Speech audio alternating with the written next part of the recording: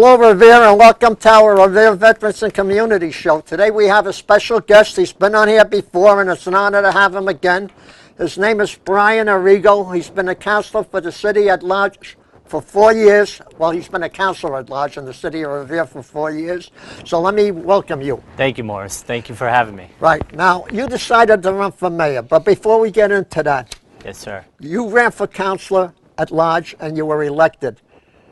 Tell us your accomplishment the 4 years while you were a councilor at large. Absolutely. So 4 years ago, I made the decision to run for councilor at large, and that was a big decision. I remember you came around, we were sitting on the stoops of 19 Standish Road, and we were talking about this. We did, and we talked about how my mother grew up on Dolphin Ave, and my grandmother lived on Dolphin Ave, and I was living on Dolphin Ave at the time. And so was I.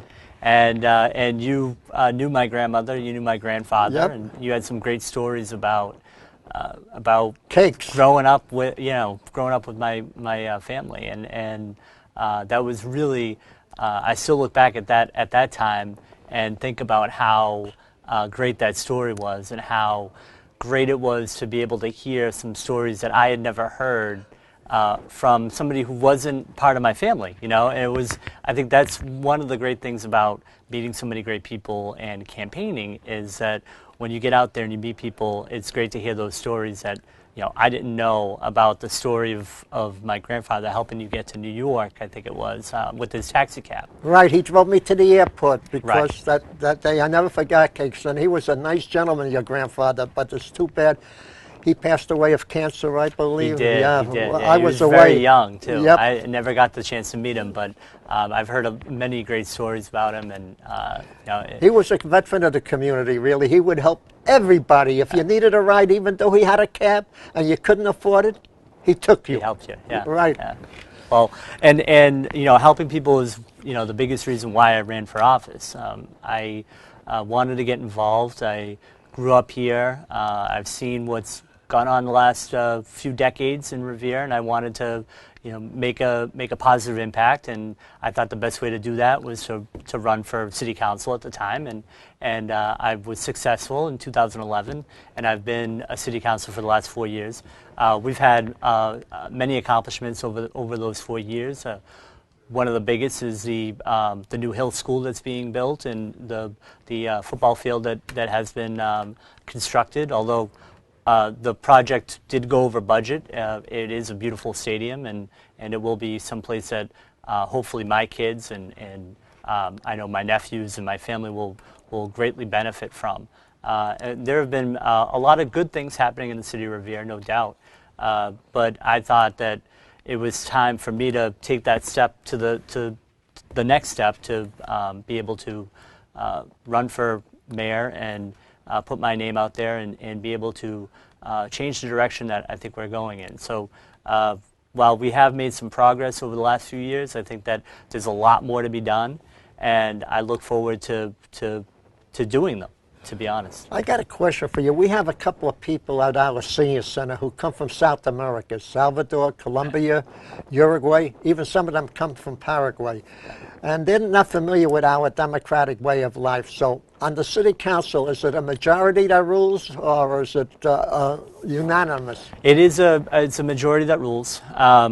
We have, obviously, there are subcommittees that take on different issues, and we kind of break up into those subcommittees depending on the issues that are before us, and at the end of the day, a majority does rule. And as you know, the city council is made up of 6 ward councilors who represent certain neighborhoods in the Right. city, and then we have 5 at large, and they represent the entire city. I'm lucky enough to be one of the at-large councilors right now, so I represent the whole city. And I've I've really had a lot of pleasure serving as a city councilor in the last 4 Right, years. so I'm going to ask you a couple of questions like if I was in their place, because Okay, they're yeah, not here. absolutely. Can I do that? Yeah, Okay. definitely. When you vote, let's say there's 11 councilors total of mine. Right. There's always going to be an odd number, because otherwise you would have a 50-50 split. So it's a majority, like a 6-5, then that will rule. Right. So there are some issues that need what we call a supermajority. So there are some issues that need more. Like 2/3? 2/3 vote, right? And those are I think they've been looked upon as more important issues. So when we need to transfer money between different funds, that is or at least when we need to transfer money from our stabilization account to the general fund. That's a big deal that requires a 2/3 vote. Zoning changes, for instance, also. Now, at the require. ballots, the voting, is that open or is that, Oh yeah, we have to vote. We vote voice vote. Oh, We have okay. a roll call and we vote. So the people know So exactly people know how where each you're one- voting. Exactly. Okay, that's exactly. good. That's And good. it's all on record, so you can look back at somebody's voting record and you can see what through the journals of the city council. You can look at what issues have come before the city council, and then you can see what votes people have taken. So. What are some of the issues, just to let the people out there Yeah, know that are yeah. new in Revere? You know? Well, in terms of my decision to run for mayor, it was obviously a big decision. And I think, as you know, I recently got married. I have a beautiful wife, and we're actually expecting our first child in November. Congratulations. Thank you. And so to your wife I'm talking about. So the decision to run for mayor is obviously a big one, and it's a life-changing decision. But it was one that I thought was important enough, and it was important for me to make to be able to take my talent and to bring the change in direction that the city needs. Like I said, we have made some positive steps. I think we've also taken some negative steps, and I think that in order for the city to get to the next level and to be a city that can be competitive with the Somervilles and the Cambridges and Bostons of the world, we need a change in leadership. And there are issues that are facing the city currently. There are a number of issues, but I'd say our quality of life issues, such as traffic. I hear this a lot from people when I'm out campaigning and knocking on doors, is the amount of traffic that people have to deal with. And a lot of that has to do with, is directly tied to the residential development that has gone on in the last few years. We have 900 residential units coming up on Ocean Ave, which are being built currently. We have another 240 units that are down by the BJ site.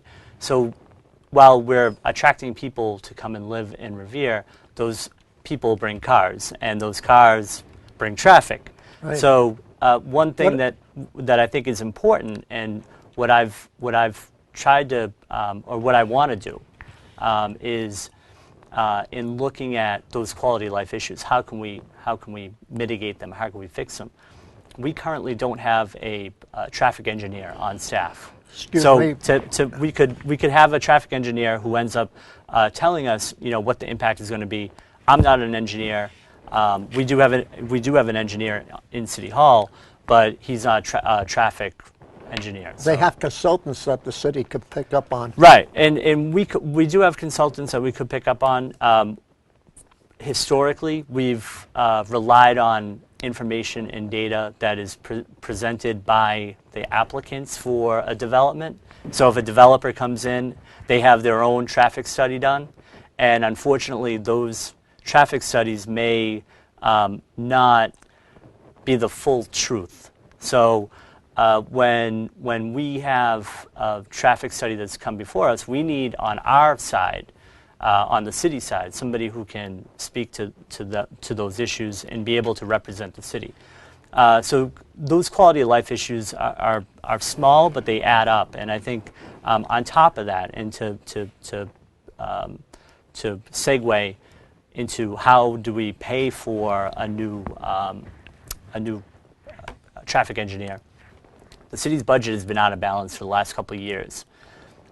We have been spending one-time money to plug the budget going forward. And actually this fiscal year, we were presented with a budget that was projected to be $5 million in the red. So in a couple of years. So in 2 years, our budget will be $5 million in the red. What we need to do is we need to balance the budget, right? And I think that's important. That's an important issue that will be probably top priority on day one when I become mayor, is figuring out not only how to balance the budget, but really starting from a zero-based budget. You figure out the number of police officers, the number of DPW guys, the number of firefighters that you need. You figure out how many people you need in each department and what you need to be able to do the functions of the city, and you can make a real impact in making sure that you look at what we outsource. You know, if we're outsourcing millions of dollars to do work that the DPW could do in-house, we may be better off hiring a few more guys in the DPW and not having those outside contracts. Over the last 4 years, we haven't added a person to the general DPW. DPW has about 15 guys. They probably need like 45 to really do their job properly. And I think that shows in the potholes that people have seen and some of those quality of life issues. If we invest in what we have and we invest in the DPW, people would see a marked difference. I have a question for you. Yes, you sir. were talking about those apartment houses, 200 here, 200 there, Right. with the families. That means you're going to need more sewage, Right. more water, Right. more. But look at the other side of the coin. That means that those people that will be living in those apartment houses will be paying taxes to this mortgage or to the city of Revere. Oh, absolutely, and that, I mean, that will help a little bit. But what we ought to be doing is looking at those properties and saying how can they be developed with a commercial use first. You know, while an individual and residents will pay taxes, commercial taxes are what are going to be able to give the homeowners in the city a break. For instance, the city of Somerville has a tax exemption program where it's called a residential tax exemption. So what that means is if you live in the city of Somerville, right, and you own property in the city of Somerville, you will get a 35% reduction on your property tax bill. Now that happens, and they're able to do that because they have so much commercial development that the commercial taxes that they collect can help pay for that refund. You know, I know that, but that could have more jobs too. Right. And the commercial development obviously would add jobs. Our unemployment rate is higher than the Commonwealth's average. We're, I think, like almost 2 points higher than the average city or town in Massachusetts. And we have two big pieces of property that are prime for commercial development. We have Wonderland and we have Suffolk Downs. And I know that we didn't have much of a plan B or a backup plan for if the casino didn't happen. And we're going through the pain of that process now. But we should have been thinking about that 4 years ago. We should have been thinking about what can we do to make sure that if the casino doesn't come, that we're in a prime position to take advantage of all the attention that we've gotten. You know, Revere's been in the papers for the last couple of years because of the casino, because of what's going on. We've had a spotlight on us, and what we should be doing is we should be marketing ourselves as a seaside community that's cutting edge, that is really on top of things, that's a funky place to live and a funky place to hang out. And we could take advantage of all that we have to offer and attract the commercial development that would then end up giving people and homeowners a break. We could have a residential tax exemption. Right now, City of Malden has one. I think it's 10% for their residents. City of Boston does one. So there are things that we can do to not only attract investors and attract commercial development, but to also make the people who have owned property in the city and who have stayed, who have lived in Revere for the last few decades, and who have been around and who have kind of gone through this casino struggle and have gone through these promises of moving forward, and they could actually get something back. And I think that's what one of my biggest goals in running for mayor would be, to be able to give back to the taxpayers. Right. Before we get into further things, you wanted to talk a little about, or you went on about the Wounded Warrior Oh, the Project. Wounded Warrior Project. Well, I was actually on. I was in the studio earlier this week. I was with Rocky Raymond. Oh, the wrestler. The wrestler, yeah. He had. I beat him, by the way. You did beat him. Yep. Yeah, I thought so. He was actually recovering. He said he had shoulder surgery because of recovering from your title bout. You should have told him never to fool around with a senior. But the Wounded Warrior Project is a great project, and It is. I was out on Rocky's show earlier this week, like I said, and I believe it's October 18th. Yep. That they're having a big Lido. event, right, at Lido. So I did want to just plug that a little bit. That's all right. Rocky made sure that he reminded me that I ought to be plugging that, and I wanted to make sure I mentioned it. So, Right. but and I can't say enough about how great it is, and I mentioned it when I talked on Rocky's show, how great it is to have this facility, and how great it is to see folks like yourself, senior citizens, working alongside some younger folks, and everyone's kind of learning something new, and it really is fantastic. Right. And We old folks they've can done learn from the young kids, because they come in with a clean brain. clean brain and some new fresh blood, and they have a different perspective, right? And Right. I would like to take a minute off. We have a senior citizen at our senior center. His name is Sal Santoro. He's going to 101 and a half. Really, He's going to be 102 next February. it's God bless incredible. him. God bless him. But the reason I want to bring him up, there was a book written about different heroes of World War II, and he happens to be the first chapter. I wish I could remember the author, but the next time I'll make sure I bring that book up here. They have a chapter just devoted to Sal Santoro from the city of Revere, and I've never seen any book that I picked up that had anybody represented now from the city of Revere. Right. So it was an honor to have him. So Sal, good luck to you. That's incredible. You Yep. know, and I will have to pick up that book. What was the name of it?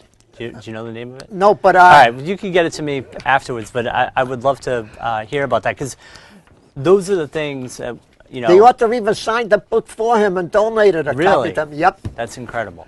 And those are the stories that we ought to be making sure that our kids know, that we know, and that our kids know, and that really it helps us market the city, right? When we talk about how to become, and what I talked about, taking the city to the next level and being competitive with some of our neighbors, a lot of that comes with marketing and knowing your history and understanding, the generations of people who have lived here, and their stories, and how important their stories are, and how how important people who live here and who grew up here and who continue to live here are really make up the fabric of the community, and really that helps us as a city become more marketable when we own who we are, and we are a great community.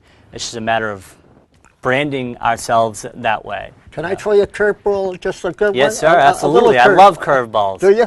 And I'm not even a good pitcher. The reason I asked you, talking back about the families, families coming in. Right. We're building schools now, but if these families come in, we may need additional schools. Right. Well, and I'll tell you what, we already need to build a new high school. Have they decided where the location will be? The official location hasn't been decided. My understanding is that it may be on the site where the soccer field is now, behind the high school. Behind the high There's school. that soccer By field. the highway there? That they may try to position it that way, or position the new high school back there. But we have to build a new high school. That's going to be a really big, That'll a be big the main project. priority? That'll be a big project. Yep. And I think that when we talk about building a new high school, we ought to be talking about how we figure out how to include a youth center or a recreational center. And it may not just be a youth center. It could be, if we could have a recreational center that's good for seniors and for youth, that would be fantastic. But I know we're land poor, so there's a difficulty there. But when we talk about there are some big projects that need to happen in the city. The high school is one of them. We need a new DPW facility. That's a big one, and we need some kind of recreational center. I know the senior center needs a lot of rehabbing. Oh yeah. And either rehabbing or a complete new building. But there's also a serious need for a recreational facility for the youth of the city. But Brian, I would like to ask you, if you build a new high school, Right. you're going to look toward the future population increase, but not only the ones that are moving in, but further beyond that. So, I mean, whoever's doing a study on that is going to be projecting what it might be in 20 years or what the population might be in 30 years. And our population has steadily increased. I think that's part of the reason why we need to seriously think about residential development going forward. There's right now a proposal on the table for the Shaw site, which is across from Suffolk Downs. That's right behind my That's property. right behind your house. They want to put 300 rental units there. So we need to start thinking about, and we need to start looking at proposals and development proposals as they come. We need to start thinking about what the impact is in the future and what those impacts are for the school department and for our water and sewer and for traffic. And one thing that I did a few years ago, and it didn't gain a lot of traction until after the casino decision was made, but I had talked about and had been pushing for what's called comprehensive plan. So what this is basically you get as many people in the room as possible, and you have people talk about what they like about the city, what they don't like about the city. And you have them talk about what they want to see happen in their neighborhood or at certain pieces of property. So when we talk about Suffolk Downs, we talk about Wonderland, we talk about the beach in general, we talk about Northgate, we talk about what people want to see, what kind of activities would they like to have in those properties, what type of things would they like to do. And then you talk about city services, and you talk about what the city's doing right maybe and what the city's doing wrong. But when you have that conversation, and when you go out to the neighborhoods and you go out and you don't make them come up to City Hall, but you actually go out to them and you go to the bagel bin and you talk to people, and you go to different places around the city and you meet people out in their neighborhoods, you get buy-in from people, and people feel like they're part of a decision-making process of bringing the city forward. That's one thing that I've wanted to do for the last couple of years. Like I said, it wasn't until after the casino decision was made. Unfortunately, that process takes a long time. If we're going to do it right, it's going to take 2 or 3 years to really have a comprehensive plan. But that would include, your zoning changes, any type of service changes for the city, and hiring new people, and the decisions that are made in terms of what developments look like. So it's really a comprehensive idea, but the Shaw site is a perfect example of where we're taking one piece of property and one parcel and just looking at that, and it's not being thought of in the realm of the entire city and what impact that has in different areas. I was going to ask you this question here. The sewage that comes out of Revere goes to the one in Winthrop, the sewage treatment plant? Yep.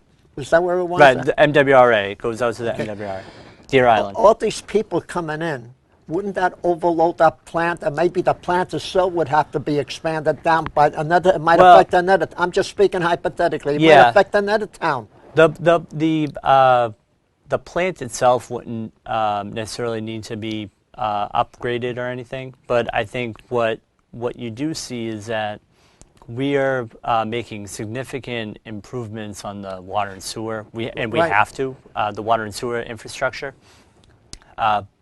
But we're spending millions of dollars to do these upgrades, and we're using we're using outside contractors that we don't have a lot of control over. They're doing work that they're experts in, and we don't have that expertise on our end. So I know that this is going to be an issue going forward. Well, Brian, excuse me. Brian, we have about a couple of minutes left, so take a minute and a half to wrap it up. See, I told you, we're going to blow through this really quickly. Go ahead, take a minute and a half to wrap it up. Morris, I really appreciate the time that you've given to me, and I appreciate the fact that you opened the doors to me here, and it always is a pleasure to sit down and chat with you.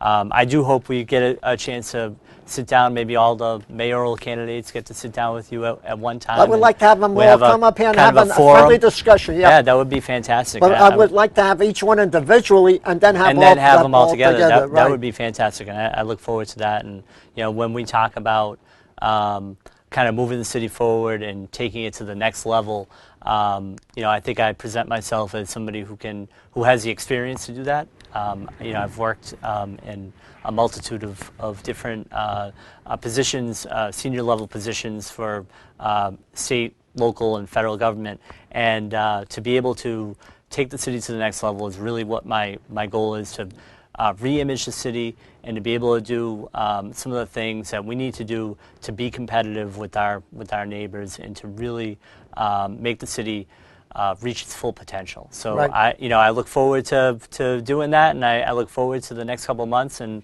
I really appreciate the time that you have given me. Right, Councillor Arrigo, I want to thank you for taking the time to come up here. God bless you on your endeavor, and I wish you success on whatever you do. And God bless our people of Revere, the city of Revere, our troops especially, and our great country, the United States of America. Until the next time, folks, I hope we have some more candidates coming up here so you can hear their views. And you've heard his. We hope to hear from the others. And thank you. Thank you, Morris. Thank you.